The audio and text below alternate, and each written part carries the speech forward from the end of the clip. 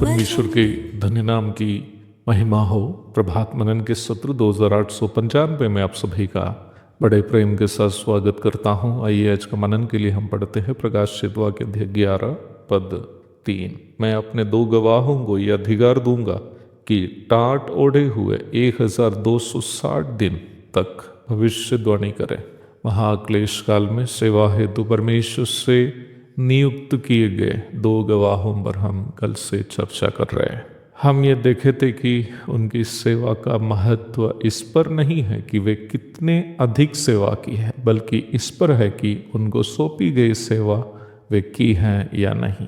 अवश्य ध्यान रखें कि ये मापदंड मेरे लिए और आपके लिए भी लागू है। प्रारंभ में पढ़ी गई पद में उपयोग किया गया गवाह शब्द के लिए यूनानी बाइबल में उपयोग किया गया शब्द मार्टियर या मार्टिस है। प्रेरितों के काम 1:8 तथा नया नियम के कई अन्य भागों में भी साक्षी अथवा गवाह शब्द के लिए यूनानी में उपयोग किया गया शब्द मार्टियर है। अंग्रेजी शब्द मार्टियर का उद्गम भी यही यूनानी शब्द है। यूनानी भाषा में मार्टिर शब्द जो पद में गवाह के लिए उपयोग किया है एक कानून शब्द है, अर्थात किसी घटना के बारे में अदालत में गवाही रखने वाला साक्षी अथवा आंखों देख के गवाह।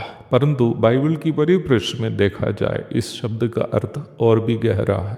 बाइबल की परिप्रेक्ष्य में इस शब्द का अर्थ अपने विश्वास की गवाही दूसरों के सामने देने वाला एवं उस गवाही के लिए यह तक जान भी देने वाला है। हमारे प्रभु यीशु मसीह को प्रकाशित वाक्य 3:14 में सच्चा गवाह करके परिचय कराए हुए आप देख सकते हैं। रोमी राज्यपाल पिलातुस से प्रभु यीशु मसीह ने इस प्रकार कहा, मैंने इसलिए जन्म लिया और इसलिए संसार में आया हूँ कि सत्य की गवाही दूं। यूहन्ना 18:37। आप अवश्य जानते हैं पिलातुस के दरबार से प्रभु यीशु कहाँ की ओर गया, क्रूस पर मृत्यु सहने। पाप से भरा संसार में सत्य की गवाही देनी जान जोखिम में डालने वाला कार्य है। मरकर जी उठकर जैतून पहाड़ से स्वर्ग की ओर लौटने के पूर्व प्रभु ने अपने प्रिय लोगों से इस प्रकार कहा, परंतु जब पवित्र आत्मा तुम पर आएगा तब तुम सामर्थ पाओगे और यरूशलेम और सारे यहूदिया और सामरिया में और पृथ्वी के छोर तक मेरे गवाह होंगे। प्रेरितों के काम 1:8। प्रेरितों ने प्रभु की गवाही देने के साथ साथ अपनी जान भी दे दी। मैंने आपसे कहा है ना, अंग्रेजी शब्द मार्टियर गवाह शब्द के लिए उपयोग किया गया मार्टियर नामक यूनानी शब्द से आया है। अंग्रेजी में मार्टियर शब्द का अर्थ आप जानते होंगे, शहीद। तब प्रभु की गवाह कौन है? प्रभु की गवाह वो है जो जान देकर भी प्रभु के बारे में दूसरों के साथ अपने शब्दों से हो या व्यवहार से साझा करने के लिए तैयार हो।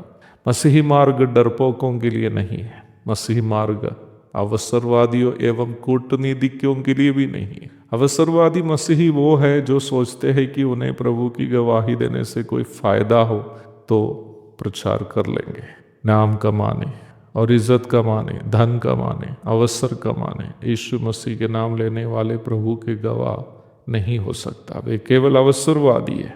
कूटनीति की वो है जो दिखावा करते हैं कि उन्हें प्रभु से प्रेम है और सेवा का बोझ है, परंतु चतुराई से जिम्मेदारियों से बच निकलते हैं। परंतु प्रभु के गवाह वो कभी भी अवसरवादी और कूटनीतिज्ञ नहीं हो सकता। The true witness of the lord cannot be an opportunist और डिप्लोमैटिक। हमारे प्रभु यीशु मसीह यदि अवसरवादी या कूटनीतिक होता तो उन्हें क्रूस पर चढ़ना नहीं पड़ता। वह वचन का सच्चा गवाह था, इसलिए उन्हें क्रूस पर चढ़ना पड़ा। महाक्लेश काल में हम वैसे ही दो गवाहों को देखते हैं, पर आज इस कलीसिया युग में मैं और आप यीशु मसीह के गवाह हैं। क्या हम वास्तव में गवाही देते हैं? अपने आप को परखने के लिए प्रभु हमारी सहायता करे। एक और शुभ दिन की धन्य कामनाओं के साथ आज का मनन में यहाँ समाप्त करता हूँ। प्रभु आप सबको आशीष दे। आमीन।